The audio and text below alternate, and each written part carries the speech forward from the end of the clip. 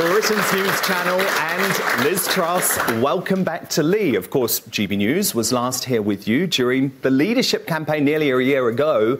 Since then, so much has changed. This is your first major UK TV appearance since being forced out as Prime Minister, and we'll be talking about a range of important subjects tonight. But obviously, as a news channel, we must start with the breaking news. And I need your reaction to this decision by the Privileges Committee today to suspend Boris Johnson for 90 days. That's no way to treat a former Prime Minister, is it, Liz? Well, let's all remember, we're here in Leigh today. And Leigh, for the first time in its entire history as a constituency, voted for Boris Johnson in 2019. And I'm a believer in democracy. I know that Boris got a huge mandate, and he got a mandate to get Brexit done and to change Britain. And people voted for him because he was optimistic about our country's future. He had a vision. So in the first place, what I think was wrong was Conservative MPs removing an elected Prime Minister that so many people had voted for. Absolutely. And I think that has sown the seeds of huge problems for our party. Now, on the subject of today's ruling, I'm not going to question the integrity of the MPs on that committee. I haven't yet had the opportunity to look at the report. 33,000 words. Well, there's 33,000 words. But fundamentally, the people who should be making decisions about who MPs are the voters. And that's the people we seem to be forgetting. And what I'm here today to talk about in Leigh is what people want to see change. What do they want to see change about Britain? What do they want to see happening here in Leigh? How are we going to get growth going? How are we going to get businesses going? How are we going to deliver on what we promised back in 2019? But I mean, Liz, this committee, and look, I understand, I can call it a kangaroo court. You can't, because they will come for you, given this chilling Ministry of Truth style approach. I mean, I do think it's incredibly important we protect free speech in Britain. Yeah. And people have to be able to say what they think. Because we know what happens, and the thin end of a wedge, if people aren't able to express their opinions. And I think that applies to parliamentarians. Indeed. As much as it applies to everybody else in this country. But Liz... So I don't support going after MPs who make comments in public. It's ludicrous. And not only that, they want to ban Boris Johnson, a man who won a landslide about 3.5 years ago, who delivered Brexit. Doesn't it feel like a lifetime ago? It does. I mean, it really does, doesn't it? It feels like a lifetime ago. A lot has gone down. They want to ban him from the parliamentary estate. I mean, this is gross overreach, is it not? Well, as I say, I'm not going to question the integrity of these MPs. We do have these committees that have been set up. But it does seem to me a very harsh decision. That's my impression. Boris Johnson's Foreign Secretary, you remained loyal to him over your time in the Cabinet. What do you think his legacy is, and can he still stage a political comeback? Well, never, ever, ever write Boris off. That is something that I think is very, very clear, and I'm sure we will hear more from him. And he's done a huge amount. I mean, if Boris had not joined the Brexit campaign, would Brexit have won? I very much doubt it. If Boris had not been our leader in 2019, I mean, the people in this audience can answer that. Do you think we would have elected a Conservative MP here in Leigh? No, there we are. So lots of support for Boris and that, in the room. You know, this is a huge change in our country, and I was so excited back in 2019 where these seats in places like Leigh, in Yorkshire, where I'm from, sorry, I'm on the wrong side of the Pennines, so I apologise for that, I should have said that earlier. But, you know, they voted Conservative for the first time because we gave hope and optimism about the future, and we desperately need to get that sense of optimism back. You're still in touch with Boris. Do you believe he can make a positive impact in the Conservative Party in the future? I do. I do believe he can. And will you work with him on that? Look, I'm not sort of talking about, you know, what Boris's plans are. No doubt Boris, now he's got more free time, he'll be on Dan Wootton Live very soon, I would imagine. He better be. The second former Prime Minister. I hear he's on next week, so you'll have to ask him about his plans. But you want him in the Conservative Party. The reason I ask that is, of course, there's a lot of rumours about could he potentially form some sort of breakaway populist party with the likes of our friend Nigel Farage, but presumably you want him to stay in the Conservative Party and push forward small C Conservatives. I mean, I've been a Conservative member for 25 years. The first party conference I went to was Blackpool back in 1997, and in many ways it wasn't a great year for us as Conservatives. And we've been through tough times, and we've been through good times, and we have to stay and we have to fight. Okay. Because I think we've got to fight for the conservatism we believe in. So I want Boris to stay and fight for his vision. Okay. I think that's important. And I wondered if you had heard these comments from the former Bank of England Governor Mervyn King this week, who said the reaction to your mini-budget was, quote, hysterical. Or potentially Alistair Heath, the editor of the Sunday Telegraph, on the front page of that newspaper, the Daily Telegraph today, saying the looming mortgage catastrophe proves Liz Truss was right. So do you feel vindicated? And do you think the hysterical reaction was an attempt to drive you from office? I wouldn't use that word. The reason I did what I did is I believed there was an urgent situation. That the British economy hadn't been growing for years and years and years. People's incomes weren't going up. We weren't attracting the businesses, the investment, the dynamism that we all want to see. And what does that ultimately mean? It means people are able to afford better places to live, they're able to afford to go on holiday, all of those things that people across Britain aspire to. So that's what I wanted to achieve, and I was very worried about the economic situation and the fact that we'd had this low interest rate, cheap money for years and years. We all knew it was coming to an end, but we hadn't seen the Bank of England do enough to actually stop that inflation rising. So that is why we took bold action. And I was really clear about that in the leadership election. I remember talking about that here in Leigh last year and talking about those ideas. And I do believe it had the support of the public and of Conservative Party members. But the problem is there is a groupthink around what I call the economic establishment that is very set in its ways about the current policy, which is high taxes, massive size of government. I mean, do you know that 47% of GDP is now spent by the government? That's almost 50 pence in every pound is spent by the government. And I don't think that's the way you get a dynamic economy. I don't think that's the way you help businesses. So what we wanted to do is cut red tape, get fracking to make energy prices cheaper, get building houses and do all those things to get going. But the reason that I don't feel vindicated otherwise is I don't want to see people's mortgages go up. I don't want to see people in Britain struggling. What I want to see is those conservative economic policies that give people real hope for the future. Indeed. So that is what I'm determined to do. I'm determined to fight for those policies. Well, look, you've heard enough from me. The best thing about GB News, and you know this, Liz, is we have the greatest audience, the greatest viewers, and they are going to ask the questions tonight of you, and that's what I'm most excited about. So I want to start with Karen Hankey, who is an Architecture Awards Manager from Newton-le-Willows. Karen, over to you. Hiya, Liz. I still can't understand why the left, the Treasury, the media were surprised by the mini-budget. You'd spent the whole summer during the leadership campaign saying exactly what you was going to do, and you did it. So why did they react in that way? Why did the MSM seem to do a pile-on? Was it just to take you down? Well, maybe they were shocked that I was a politician who actually did what I'd said I would do. Yes. And that was just a massive shock. I don't know, maybe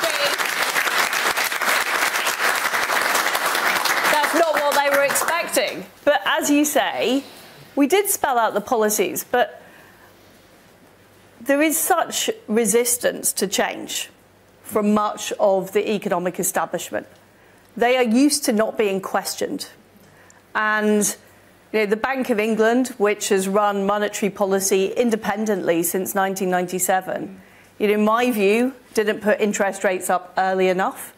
If they'd put up interest rates early, they wouldn't have had to put them up so much because we'd have dealt with inflation by now. And they also printed too much money. And I think it's perfectly legitimate for people here in Leigh or for me to ask questions about that. But we've got to a position now where these institutions don't like to be questioned. I think that's a problem. And before the 2019 election, in 2016, people in this country voted for Brexit. And people here in Leigh voted for Brexit because we were fed up of decisions being taken in Brussels that we had no say over. And we thought, great. And I thought, great, as a member of British government, we can now get control of trade policy, we can do all these things. But I think what we've discovered is actually politicians in Westminster don't necessarily have those levers to get things done. No. You can be elected as a party leader, as a prime minister, pull the levers, but there are other people who are, not necessarily on board with those decisions. Indeed. OK, Angus West, a business owner from Cottingham. Over to you. Right, hi. Good evening, Liz. Hi, Dan. Yeah, I mean, as a conservative... We're just going to get you a mic. Oh, yeah, Angus. Hello. There we go. Everybody. Hello, Leigh. By the way, well, no, I won't get into rugby league. But I'm a Yorkshireman, so Liz, so we're on the same side here, so we can leave together. There's a few people that aren't on that side, though, to deal with them later. Interestingly enough, as a Conservative, all my life, I wonder where the true Conservatives were. And when you got elected by the members of the Conservative Party, I thought, bloody hell, finally we're going to have a Conservative running this party. Sadly, you were booted out after 44 days. I think that's about as long as Brian Clough lasted at Leeds United.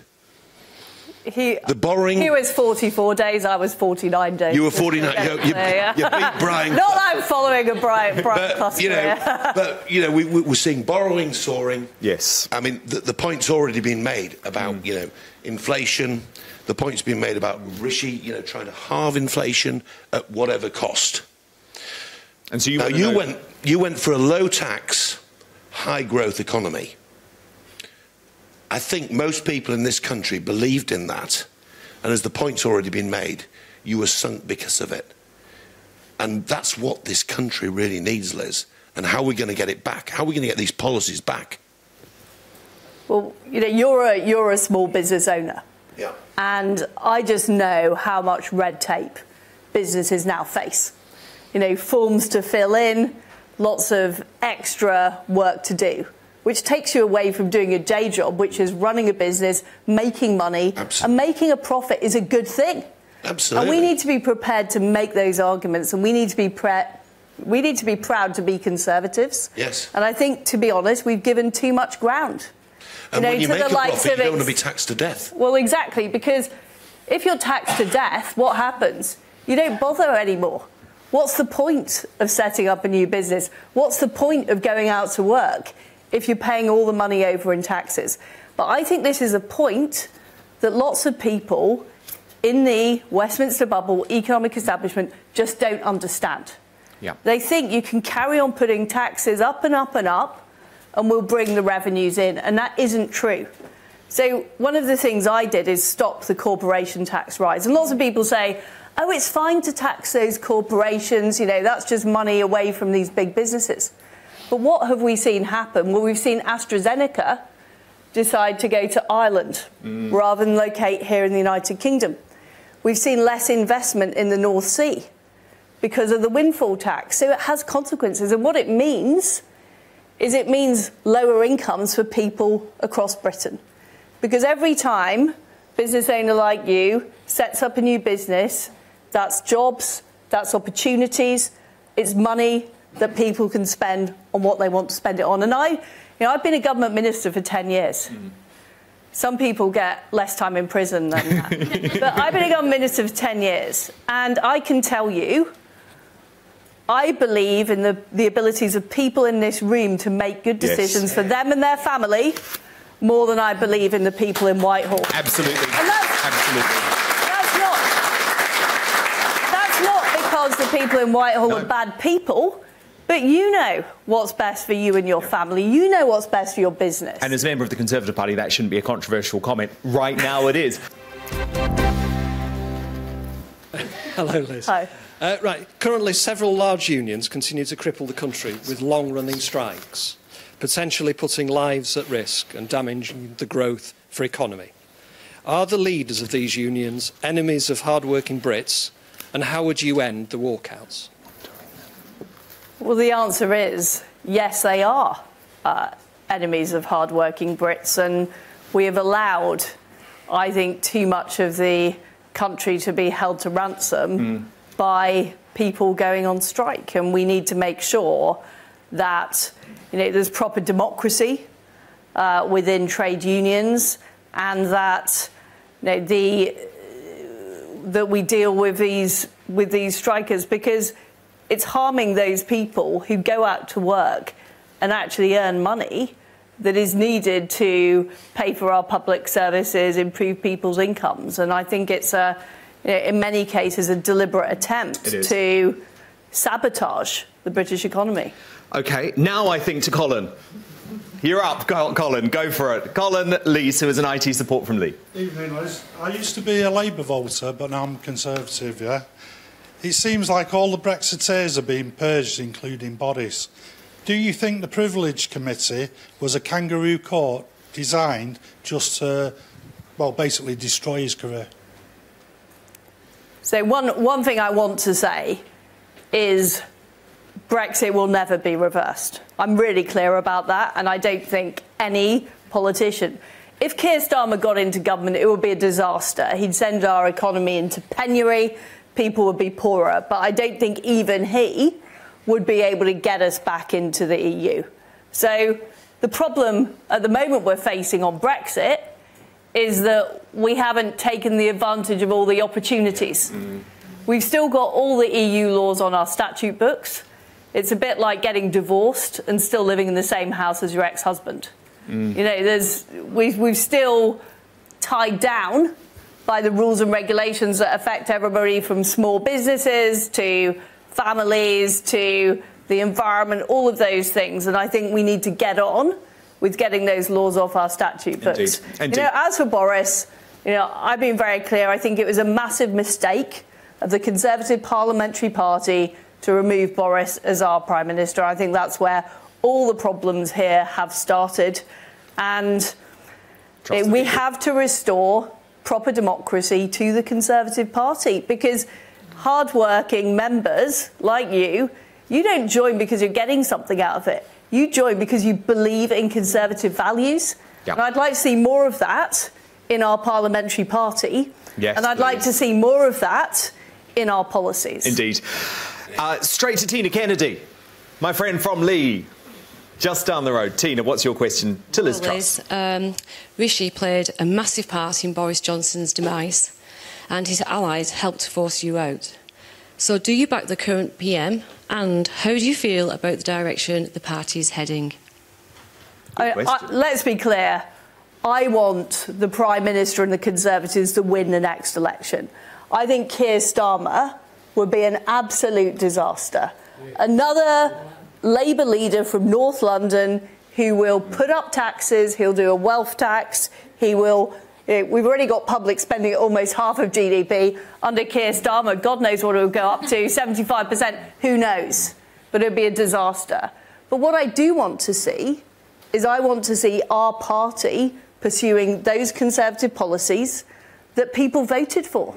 Because when people voted in 2019, they were voting for change. They were voting for something different. They weren't voting for the status quo of continued sort of low growth and managed decline. They were voting for things to happen. And I think it's incumbent on us as Conservative MPs to be prepared to vote for those things. And some of those things may be difficult. Some of those things may be unpopular with our friends who are environmentalists or, the Labour Party. But you've got to stand up and be counted. Yeah. So I would like to see more bravery from our MPs, and I'd like to see those policies that are really going to transform the country in place. Indeed. Philip Philip Orr. And Philip, you were with us last time. Hey, hello, Liz, again. And hello, Dan. Yeah, last time you were here, Liz, it was just 10 months ago. And during the... It feels like a lifetime, I'm telling you. You've been through a lot. You've been through a lot. And it was during the party leader elections. I asked you a question as an undecided party member. And at the end of the meeting, I think you impressed everyone in the room, including myself. So much so that very evening I went home and actually got online and I voted for you. And during the following weeks, I knew I'd made the right choice, and I still think so today.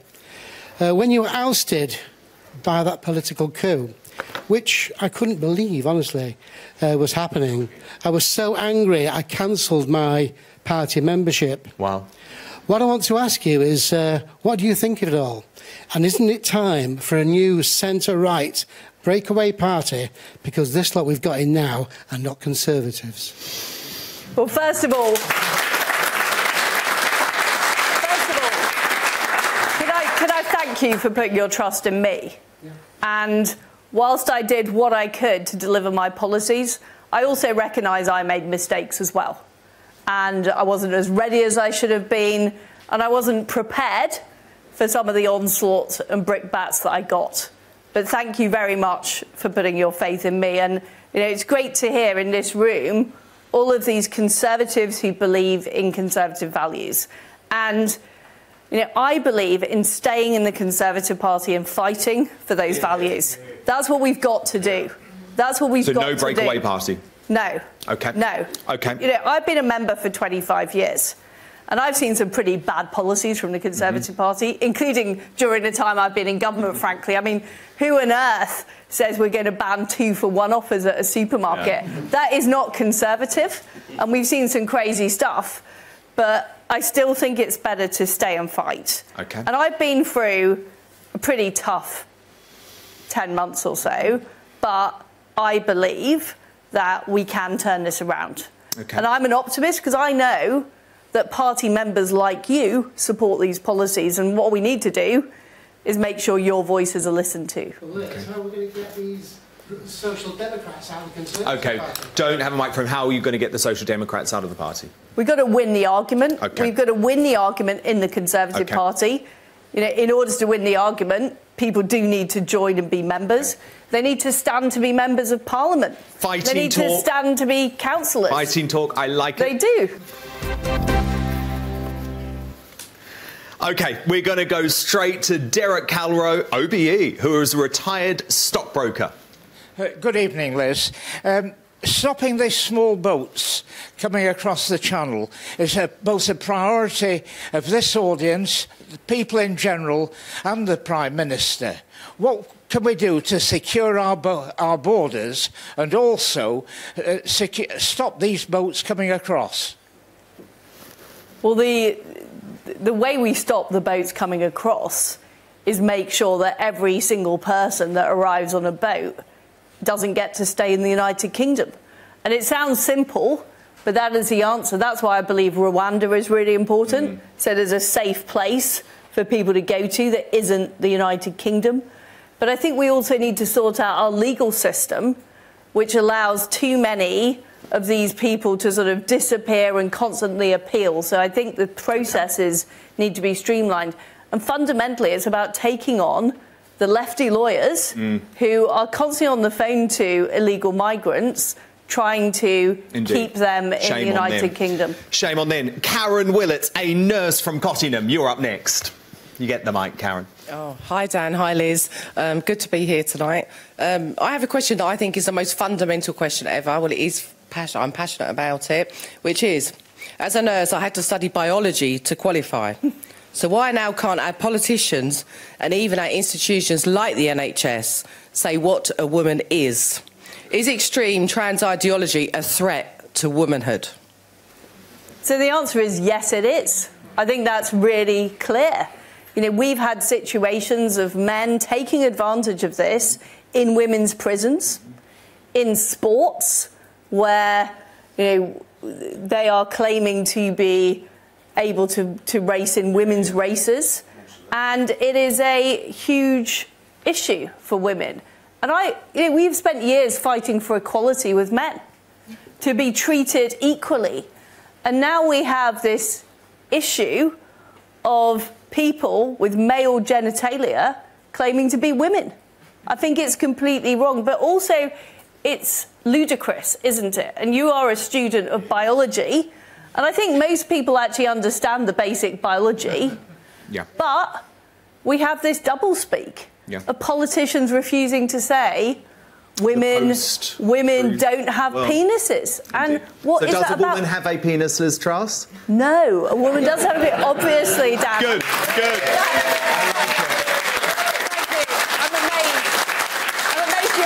That, Dan, but anyway, I'm amazed. I think Dan needs some biology lessons. Just to get it on the record, Liz. Just to get it on the record. But what I really worry about is people who know perfectly well that a man has a penis and a woman doesn't, are prepared to spout this stuff, even though they know the opposite is true. I'm with you. It's ludicrous. And it's the undermining of objective truth and science, and I think we should really worry about that. Not to mention hard fought for women's rights. Carla Diedrich, who is a teacher from Stone. Carla, good evening. Hi. Do you think that Britain would welcome Prince Harry back if he was deported or divorced from Meghan?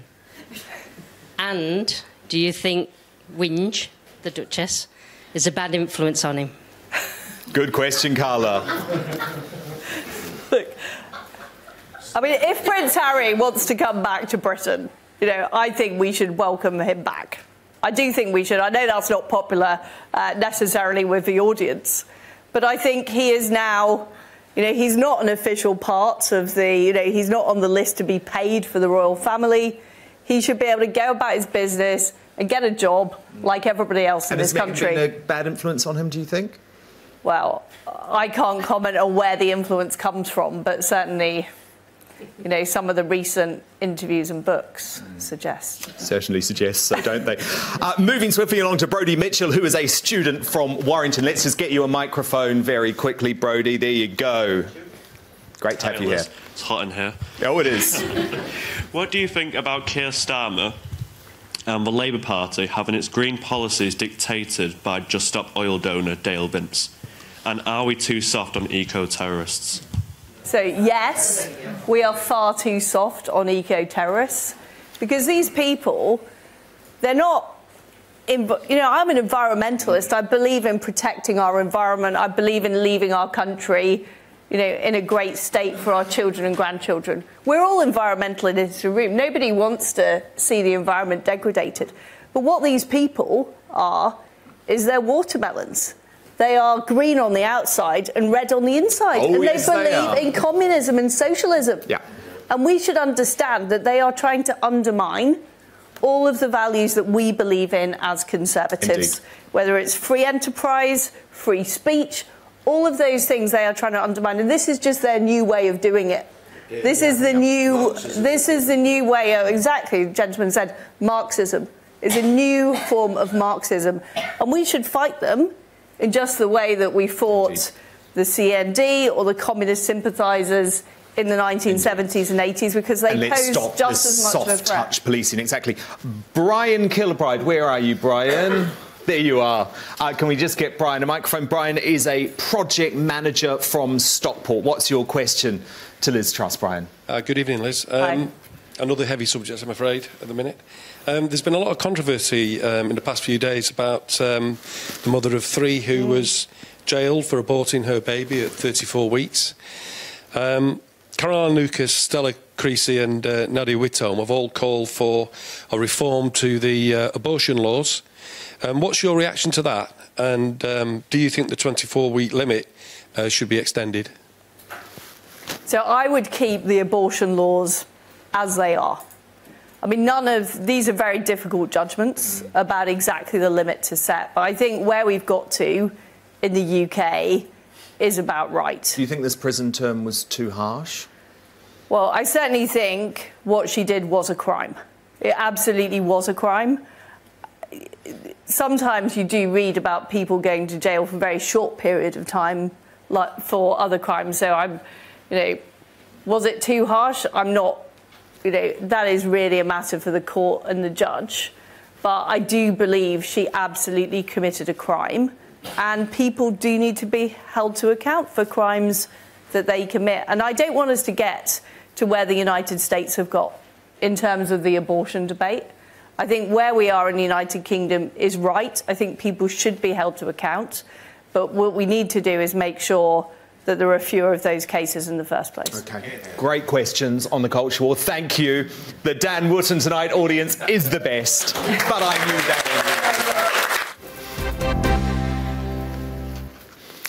anyway. OK, we're going to kick off with Mal McConaughey from Preston. Mal, what's your question to Liz? Good evening, good evening. Oh, just hold the mic up, Mal.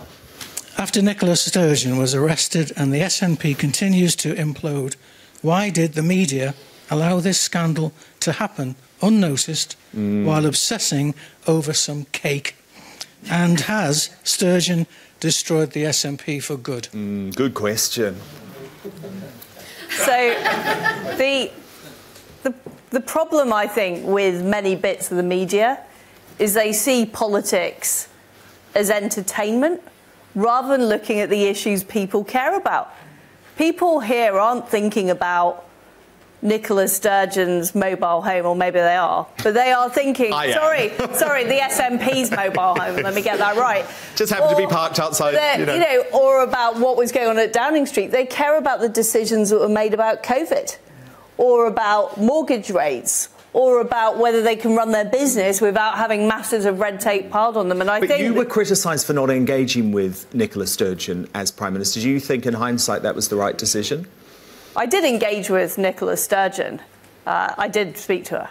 Did you? I was Prime Minister, yeah. Because that hasn't been reported. You were accused of snubbing. I did not snub her. I met her during the when the Queen's mourning period was on and we had a series of events, so I met her. But I was focused on doing the important things we needed to do for the economy, and that was our priority. But Nicola Sturgeon and what has happened has done huge damage to the SNP, but we need to make sure they're absolutely finished off. Yes. So as far as I'm concerned, we should not give up on absolutely hammering them. Indeed. I want to move to Simon Ahmet, who is an IT service delivery coordinator from Stockport. Simon, what's your question for Liz? Yep. Good evening, Liz. What do you think about Philip Schofield, ITV scandal? Do you think ITV has questions to answer over claims of a toxic culture and a cover-up? Well, I think Dan Wootton's the expert on that rather than me.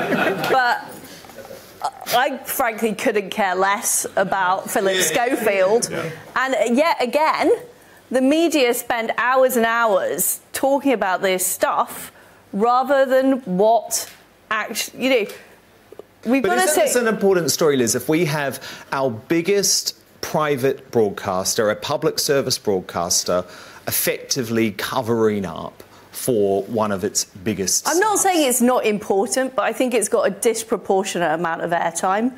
Just like Gary Lineker's tweet got a ridiculous amount... I feel like I'm being told off here, Liz. Sorry. Is this like a slap on the wrist from the former PM? Dan, you can go on whatever shows you like and you can talk about this stuff, but... Okay. Did it need the amount of airtime that's been devoted to it? I don't care very much about it, frankly. Sorry. I feel well and truly told off. Let's move swiftly along to Pete Towers, a finance manager from Tildesley. Hi, Liz. We all know that the BBC and Channel 4 are biased in their reporting. Oh, yes. Especially over things like Brexit. So is it time to defund the BBC and sell off Channel 4?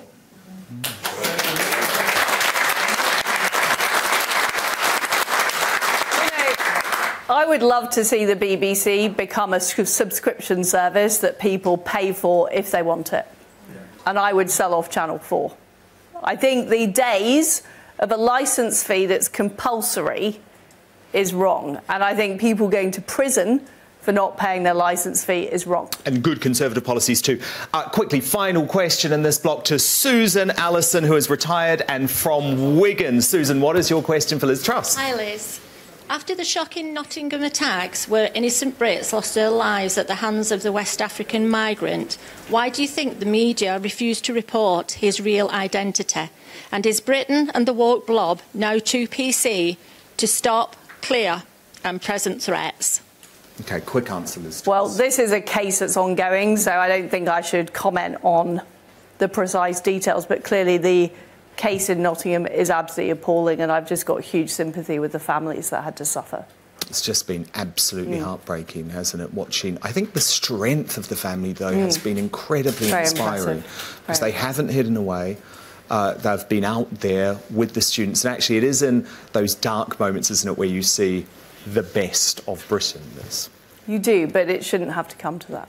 It shouldn't. It shouldn't have to come to that. It shouldn't. I mean, do you think GB News was right to report that this man was a migrant from West Africa when, for example, ITV News and Sly News didn't report that fact? I'm all for reporting all facts as they come up, and I'm a believer in free media and free speech. It's one of the founding principles of this country. You know, on this specific case, it's very difficult for me to talk about it as it's an ongoing investigation, and I steer clear of that. Absolutely. Well, look, what absolutely brilliant questions. I knew you'd do better than me. You did. The Dan Wootton Tonight audience, I will repeat, the absolute best. So thank you so